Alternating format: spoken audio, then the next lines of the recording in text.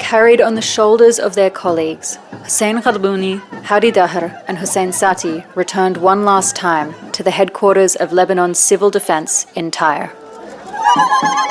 They were killed while trying to rescue people in Majd al-Zoun in a so-called double-tap attack that has become a hallmark of Israel's systematic targeting of medics and first responders who arrive on the scene of the first attack.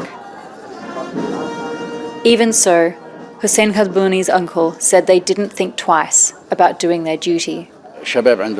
They were young men full of drive. When the airstrike happened in Majdal, there were no hesitations about whether to go. They went with the Lebanese army, who usually coordinate access through what's called the mechanism, which the military, medics and NGOs use to notify the Israeli military about their movements. They began working and managed to rescue one survivor. They went back for another.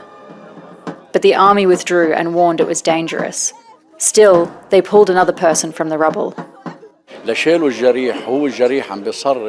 carried the wounded man while he was crying out. Then this brutal enemy, who shows no mercy, struck.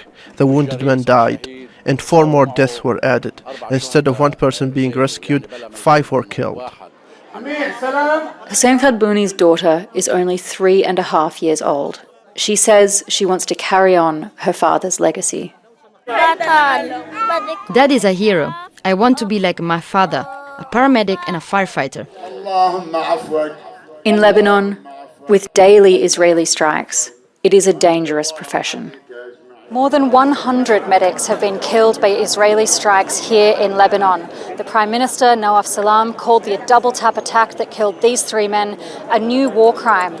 But anger spilled over at this funeral at his government and its decision to engage in negotiations with Israel while this killing continues. Their colleagues say the 3 never shied away from their duty, and those who remain won't either. The mission will remain, and we will continue it. Their blood will stay in our hearts. It will guide us, give us strength, and lift our spirits even more. Heidi was laid to rest in a cemetery by the sea in Tyre. His 2 colleagues were supposed to be buried in their home villages, but as their funeral processions departed, Israel issued new forced evacuation threats. They will now have to be buried in a temporary cemetery in a region where even the dead are displaced. Heidi, Pett, Al Jazeera, South Lebanon.